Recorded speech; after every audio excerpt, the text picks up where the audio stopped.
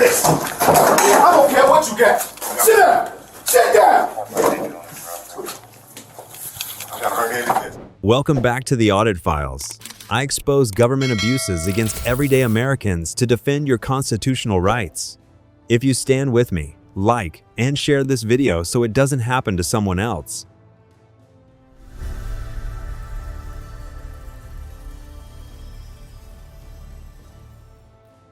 In 2021, a small police department in the village of Robbins, Illinois, was falling apart.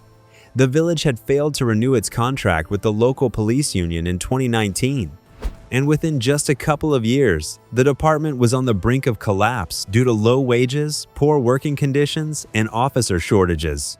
And on October 3rd of 2021, it was reported that 12 of the 14 officers that worked at the Robbins Police Department called into work in protest for the city's failure to correct these departmental issues. This basically left the village with no acting police force, and so the Cook County Sheriff's Office had to step in and take over police duties for the time being.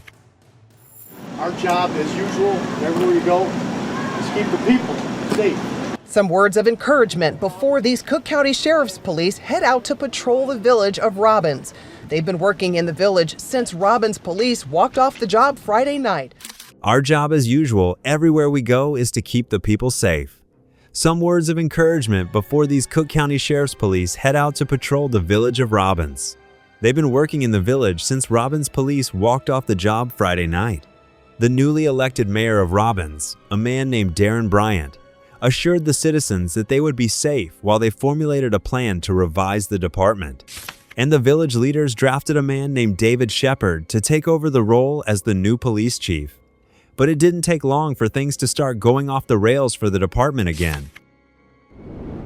Chief Shepard wasn't getting along with Mayor Bryant, and that eventually led to his termination, despite the fact that he had managed to fully staff the police department in just about a year's time and decrease the city crime rate by a meaningful amount. So this led former Chief Shepard to file a lawsuit against the village of Robbins and Mayor Bryant in his individual capacity. The lawsuit was alleging that the mayor was involved in several different corruption schemes, ranging from evidence handling to official misconduct. And this is where the real star of today's story comes into the picture. This is Robbins Police Chief Carl Scott. He's who Mayor Bryant appointed to replace former Chief Shepard after his termination. So, I said all that to set the backdrop for today's episode, because it's not every day that a police chief gets permanently banned from policing. But this story has an interesting twist that kind of shows just how deep the corruption runs in local government. So, fast forward to April of 2024, when a 43-year-old man named James Snow, who has a YouTube channel called Tyrant Terminator Audits, you might be familiar with him. He's a well-known member of the auditing community, and he decided to conduct an audit at a healthcare center in Robbins. Now, this is James's first interaction with Chief Scott, but it certainly wasn't his last. And what happens in this brief exchange? Well, let's just call it foreshadowing. We have never had that. I can understand, okay? and that's probably... We have people that we report to. Okay? Real quick, the reason why they probably never came in and done it is because they probably don't know that they have a right to do it. Sir, are you like the chief? I am, sir. Oh, okay. How you doing, sir? I'm just trying to ask for your badge number. That's in your name. How can I help you? Your name and badge number will be here. Help. Chief of Police of Robbins Police Department. Oh, you don't want to give your name? You get that on the internet. Okay. Well, I know it's part of you guys' policy. I don't actually need any help. I explained to these officers. Can we actually leave, please? Definitely after I'm done conducting my business. I have official business here, sir. Yes, my business is done, if you don't mind me, business. Sir, I have a file for you. My business is not done. For your medical records. No, I'm not looking for medical records. Sir. The general information for this department, sir. You Why are got you... to give a card. Why are you escalating the situation, Chief? Yeah, because you're telling me my business is done and it's not. He hasn't said what Now, can you give information he needs. him a card for the business here so he can go? Sir, I got to file a FOIA before I go. If you're... You don't file FOIAs. Yes, you do, sir. FOIAs, you don't file FOIAs in the place of business. Absolutely, you can. Send them the information. And what is it? So, okay, so can I show you the law?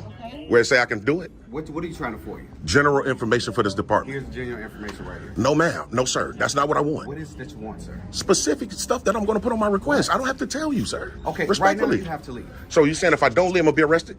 Sir, I'm telling you right now you have to leave. Is it a lawful command? Your choice on whatever you wanted to do. No, I'm saying if it's a lawful command, I will leave.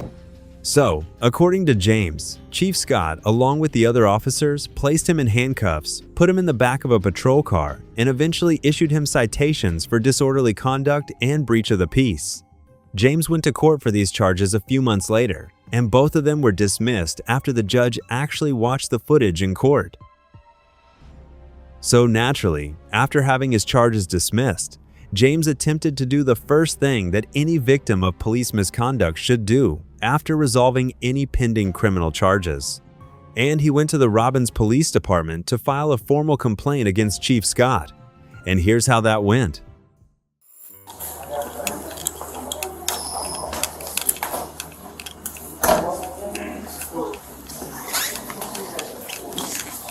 So you have your ID? Oh, nah.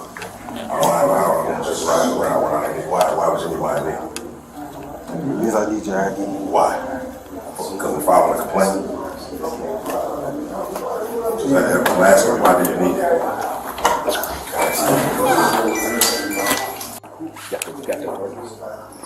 Yeah, he wants to run away. No. Sir, we need your identification. For what? Because the officer is going to issue a citation for a nuisance violation. A nuisance violation? Yes, so you're going to receive a citation for that, sir. So you guys are gonna infringe on my rights again? You need to produce identification or your name and date of birth so our officer can have it, so we can get your information and issue you the citation. So surrender my Fourth Amendment right to me. Is that what you're saying? Sir, identification or name and date of birth. I'm not gonna surrender my rights. Okay, sir. Well, that's fine. I'm not gonna surrender. Not a problem. So if you know the law, then if you refuse to give yourself your identification, then you have to be fingerprinted and get identification that way. If I'm Your choice. suspected of a crime. Right now, you're in violation of no local ordinance, so you're going to receive a local ordinance citation for public nuisance. Okay, so Your give me my information. And if I don't, I'll be arrested. Did I say that? Okay, I said that you'll be properly identified. That's all I said. I'll guess my way. Sir, there's your choice. We're not gonna go back. I'm not finna just Okay. allow y'all to just That's violate my fine. rights. That's fine. It's gonna be on you again. I'm done. That's cool. It's been on me before. Okay, so then get ready then, man. Your qualified immunity go out the window. Not Contact Robbins Insurance. Are you going to give him your identity? I'm not surrendering my Are rights. you going to give him your identification? I'm not finna surrender my rights. So you are aware that no video or photos is allowed. That's not a That's law. fine. It's your opinion. That's not a law. I just gave you We're a asking law. your identification so that you can receive a citation and be on your way, and you refuse to do so.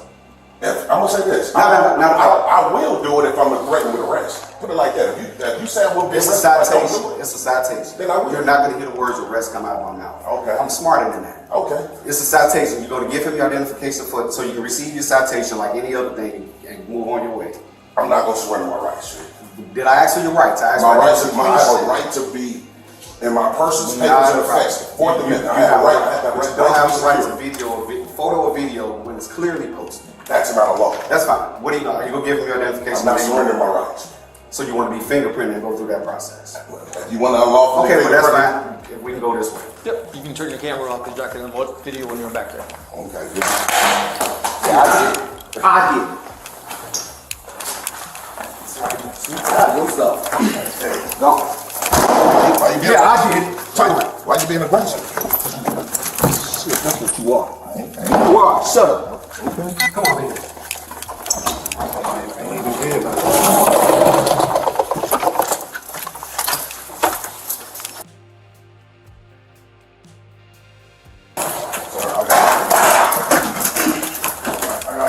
I don't care what you got. Sit down. Sit down.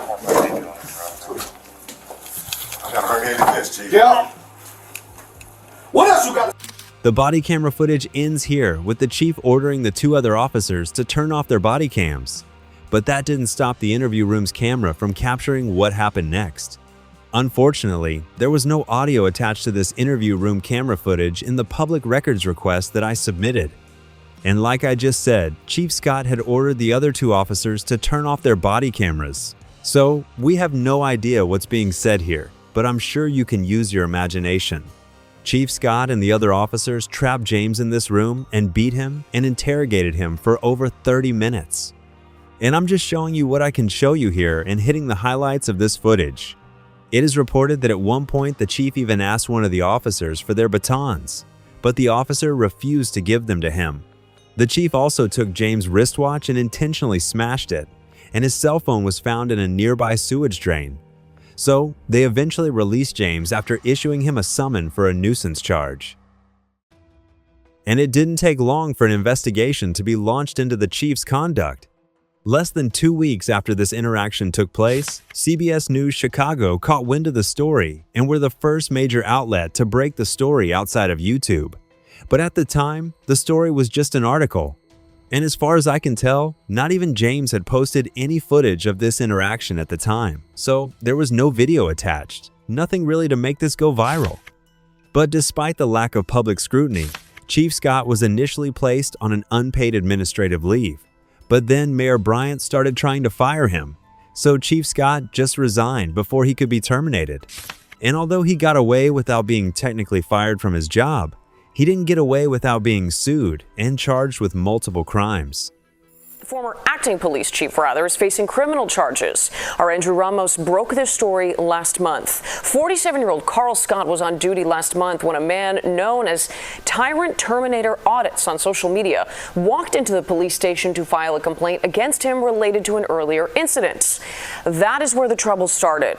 He took me in his room, slammed me down on like this little metal plate where you sit at.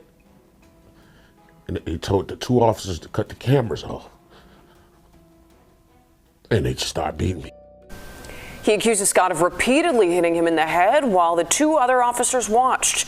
Court documents state that Scott dropped James's cell phone into a sewer outside the police station, where it was later recovered. If convicted, Scott faces up to 5 years in prison. Scott was charged with multiple offenses, including aggravated battery, official misconduct, and obstruction of justice for attempting to destroy Snow's cell phone, which had recorded some of the assault. Snow and his attorney, Jed Stone, were both in Cook County Criminal Court to sit in on Scott's pretrial hearing, where Scott was successfully served with a civil lawsuit in connection to the attack. This isn't some rookie cop that didn't know the difference. He was the chief of police of the village, and he beat my client. So just a few months later, in August of this year, Mr. Scott pleaded guilty to battery. New at 6, Robbins former acting police chief Carl Scott has pled guilty to battery charges. This is a story we broke back in July of 2024. Scott has been sentenced to 2 years probation. He also had his law enforcement certificate revoked, meaning he can no longer work as a police officer. And just when you'd think that the dust had settled around this whole situation, CBS News Chicago acquired the body camera and interrogation room footage that we saw earlier and released it as a new story. At 4:30, new police body cam video shows a former acting police chief in the south suburb of Robbins hitting a man in the back of his head.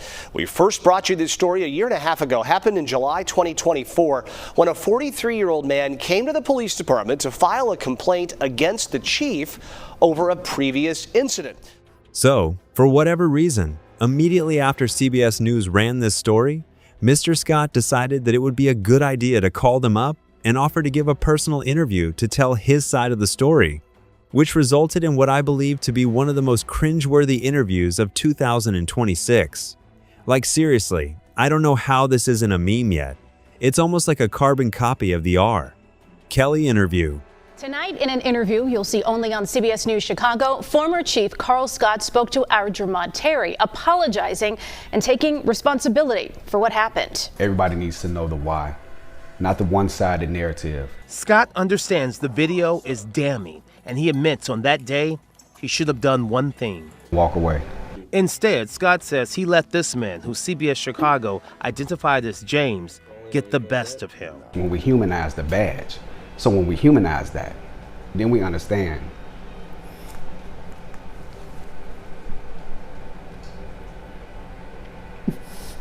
You understand the frustration. You understand what it took. You understand what's at stake. Then you understand what you're protecting. So then the badge meant nothing at that point. His actions cost him his badge. I first initially came to Robbins as the deputy chief. And his law enforcement career, which included 23 years as a federal agent before joining Robbins PD. A defaming of my name has caused a strike against my integrity. What did you mean when you said cut the cameras off? My mind wanted to hold a conversation with him. Scott resigned days before the Robbins mayor wanted to terminate him. One mistake doesn't define a person. And after that 2-year probation period, Scott won't be watched anymore, but he will never be allowed to work in law enforcement again here in Illinois.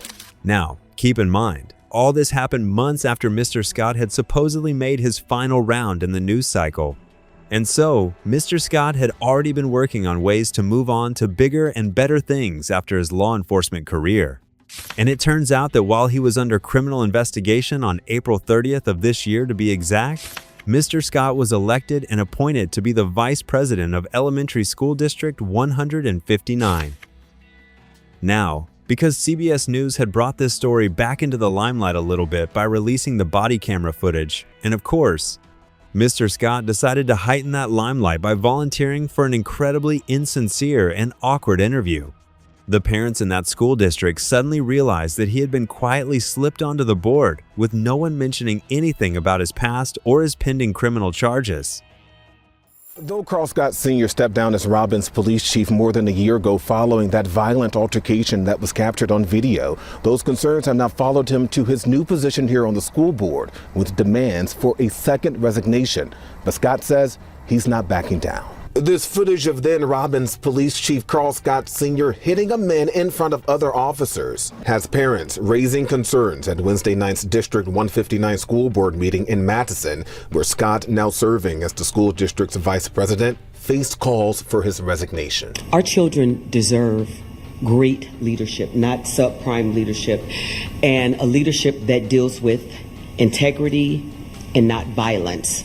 Our children deserve a role model with integrity and honor, and Carl Scott is not that person to me. And the community, if he is not removed, the community will band together and we will make our voices heard in this community. How does the conduct displayed in the video align with the district's values related to student safety, conflict resolution, and respect? The behavior shown in the video appears inconsistent with the standards we expect from those entrusted with the care of our children. So for whatever reason during this meeting, or whatever it was, Mr. Scott was allowed to address the parents and the community directly in a response. And you'd think this would finally be the time where he actually takes accountability for his actions and tries to save face and keep this new job he's got. Right. Okay, good evening to our community and fellow board members. In response to the things that have been said, number one, I respect anyone's opinions. I respect your views, but there are just a couple comments that I would like to make, and I don't have a problem with addressing. When I went and conducted my own statement with CBS, I tried to make it clear and portray exactly who I am and what I stand for. One thing that they did not air is that if we took every person in this room and we put them on public display, would you stay and sit in that room, that same room? Number one, I was not terminated. I resigned. Prior to going to the police department, I successfully retired as a federal agent. 25 and a half years. I have not had nothing on my record as simple as a writer. So Mr. Scott goes on yet another cringeworthy pity party for the next several minutes before finally arriving at the crux of his defense, which is of course to blame James. Let me address what has not been told. The person that was on the opposite side of that, if you don't know his name or his internet name, please search it. I'll say it. James Snow. His name on the internet is Tyrant the Terminator. He goes around and he purposely tries to create issues.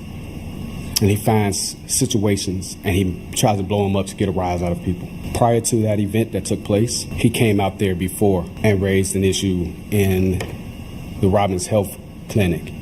And that was our first time ever having any encounter. In between those months of February and July, the same person has took time on pages to harass me, cyberbully, as well as make threats. So on this day in question, what has not been shown is the fact that while trying to create yet another issue and another rise, and videoing and trying to capture video of civilians walking in and out of the station that begged him to not video them.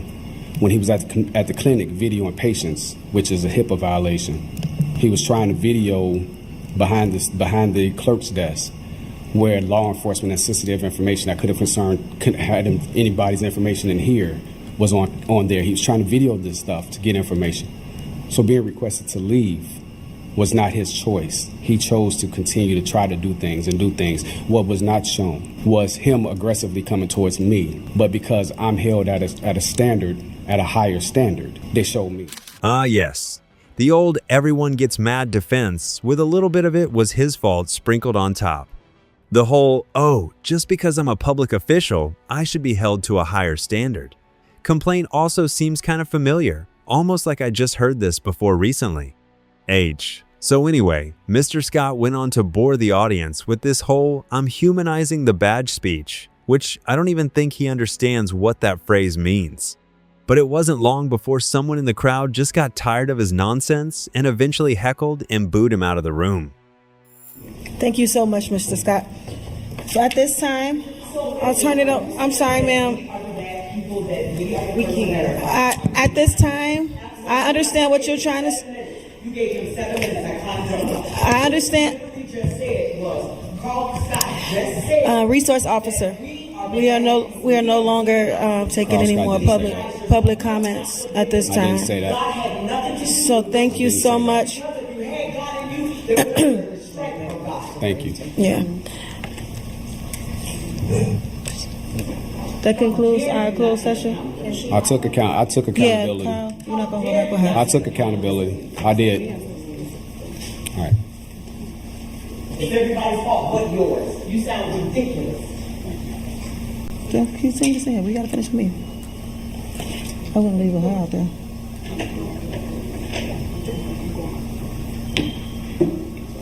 All right.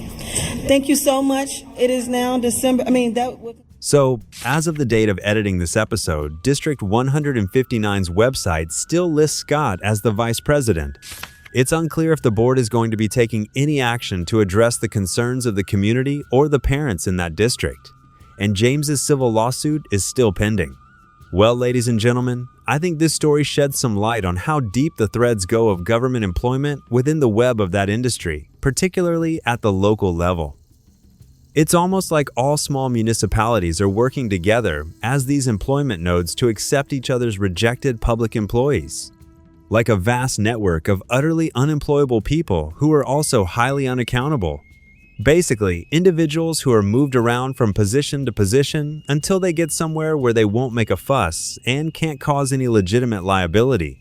And since Mr. Scott is so stuck on this idea of humanizing the badge, how about we just remove the police officer element out of this equation entirely?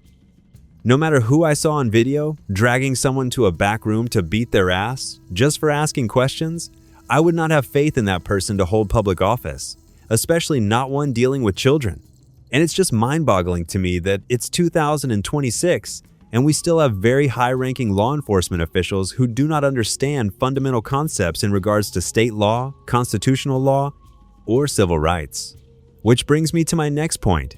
How the heck did Mr. Scott work in federal law enforcement for over 2 decades and still not understand fundamental basic constitutional principles? And we're just completely ignoring the whole de-escalation aspect of this as well. If it hadn't already been so long since Mr. Scott was a patrol officer, you best believe that I would be doing a ton of FOIA requests on his past body camera footage. But unfortunately, most departments don't hold that footage for very long. And for all I know, there may not have even been body cameras when he was a patrol officer. Thank you very much for watching to the end of this video. It really does help when you watch the video all the way to the end. That's kind of how YouTube decides whether or not to show it to new people. So, thank you. Anyway, that's all I got for you today, folks. Thank you for watching. I'll see you in the next one.